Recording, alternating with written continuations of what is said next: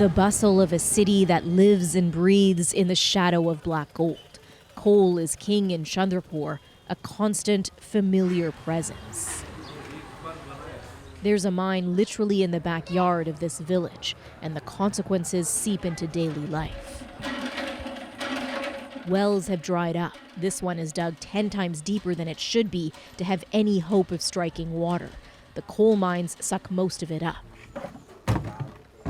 And with the groundwater nearly depleted, villagers are resigned to collecting their drinking water from this treatment hut connected to a nearby river, paying a few rupees for every few liters. There's no water and it's getting worse, this local leader says. What can we do? Our farming suffers the most. As clean rain pours down at the base of the large open-pit mine, Manoj Wagmer bemoans the loss of his land just across the road, spoiled, he says, by dirty water, contaminated. It's useless, barren, he says. No crops will grow here now. I can't make ends meet because of all the mining. But coal, the dirtiest of fuels, is also the backbone of India's energy production. More than 70% of the country's power comes from it.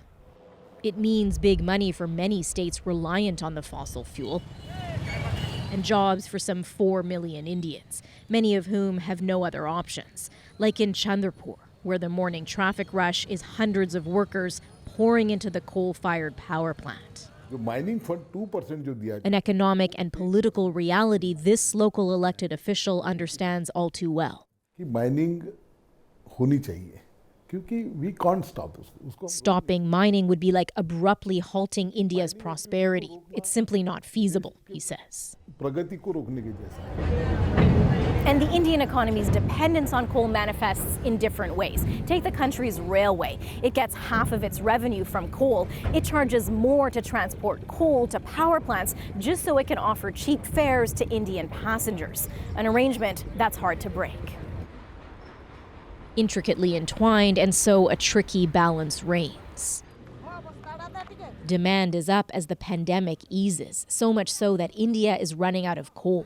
The country planning to build or expand dozens of mines and to keep importing the rest. A necessary evil, says this environmentalist. Yeah, definitely it will take a time. Still, we are expecting again 10 to 15 years because we have to depend upon the coal.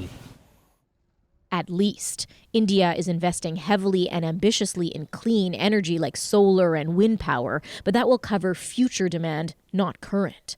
And the international pressure is only deepening on India to reduce its emissions and leave coal behind.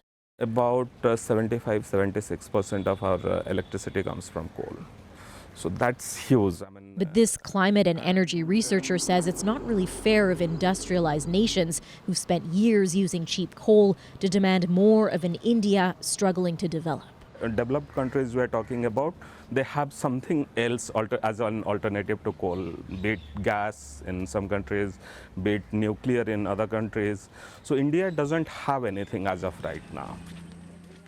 The shift away from the dirty fuel not even an option for the tens of millions of Indians who still don't have access to power. India just not able to live without coal yet. Salima Shivji, CBC News, Chandrapur, India.